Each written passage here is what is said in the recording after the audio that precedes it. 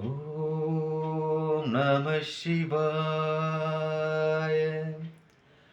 ஓம் நம சிவாய.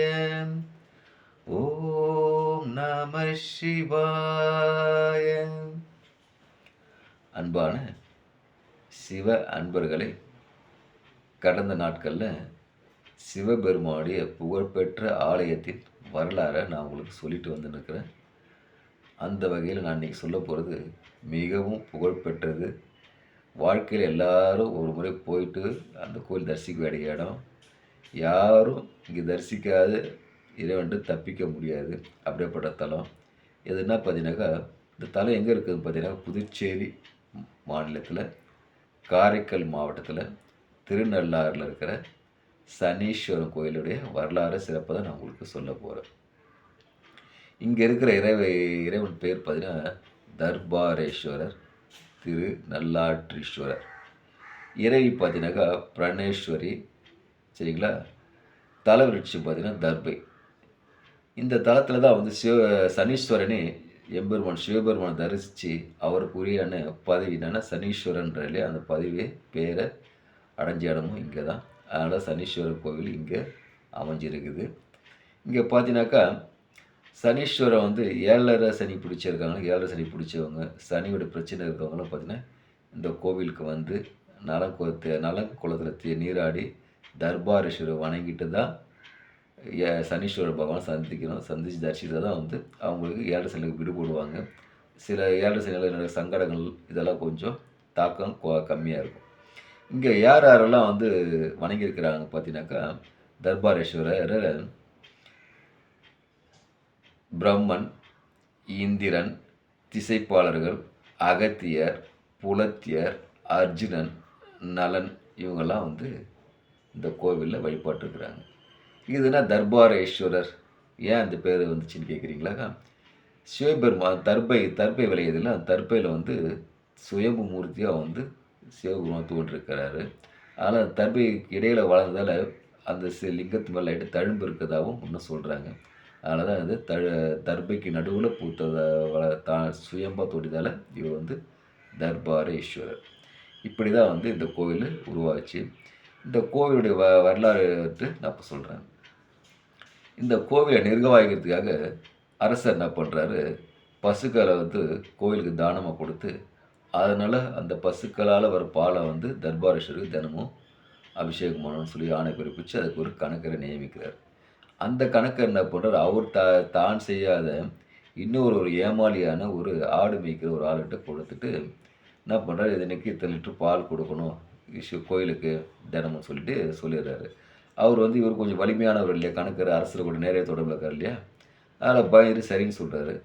அப்படி சொல்லும்போது இவர் என்ன பண்ணுறாரு, தினமும் எவ்வளோ பால் கிடைக்குதோ அதை தந்து அதை கணக்கிட்ட விடுறாரு. இந்த கணக்கு என்ன பண்ணுறாரு, பாதிப்பால் கோவிலுக்கும் பாதிப்பால் இவர் வந்து பொய் கணக்கு எழுதி காசு பார்க்குறாரு. இப்படி இருக்கும்போது சில நாட்கள் போகுது. ஒரு நாள் பார்த்தீங்கன்னாக்கா கோவிலுக்கு தர்பாரேஸ்வரர் கோவிலுக்கு பால் வரல.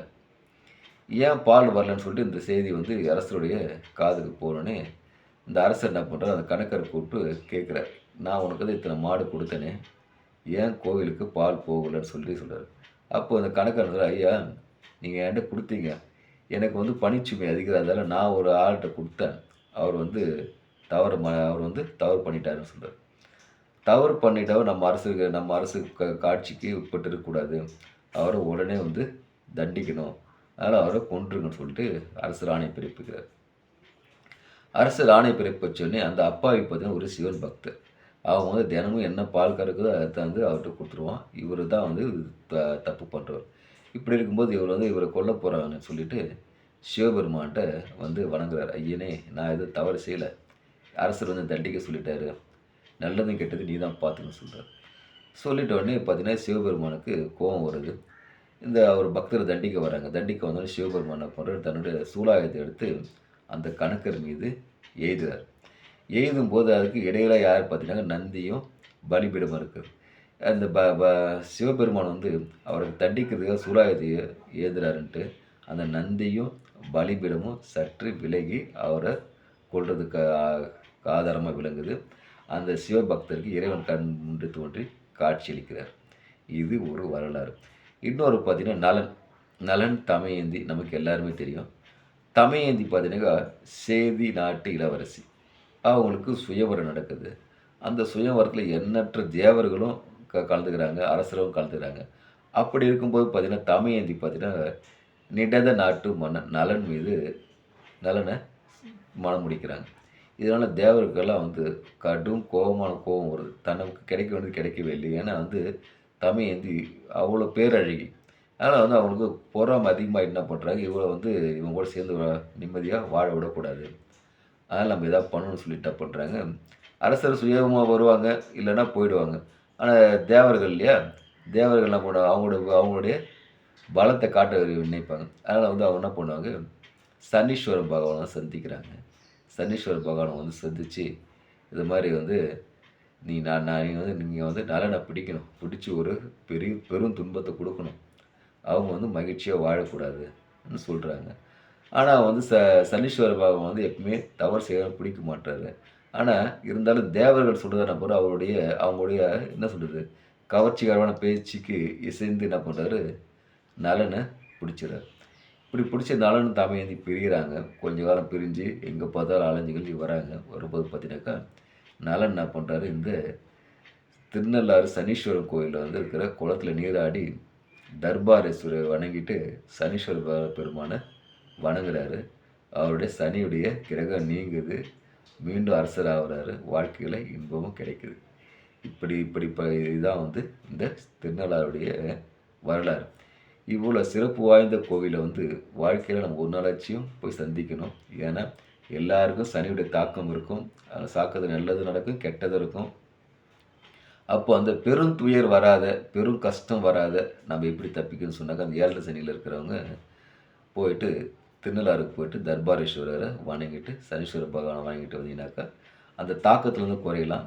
என்ன சொல்றது, 100% இல்லாட்டா 10% 10% நமக்கு கெட்டது குறையும்.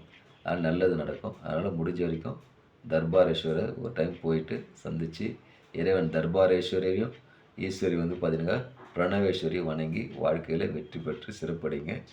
ஓம் நமச்சிவாய! அன்பையே விதைப்போம், அன்பையே அறுவடை செய்வோம். நமச்சிவாய! நமச்சிவாய! ஓம் நமச்சிவாய!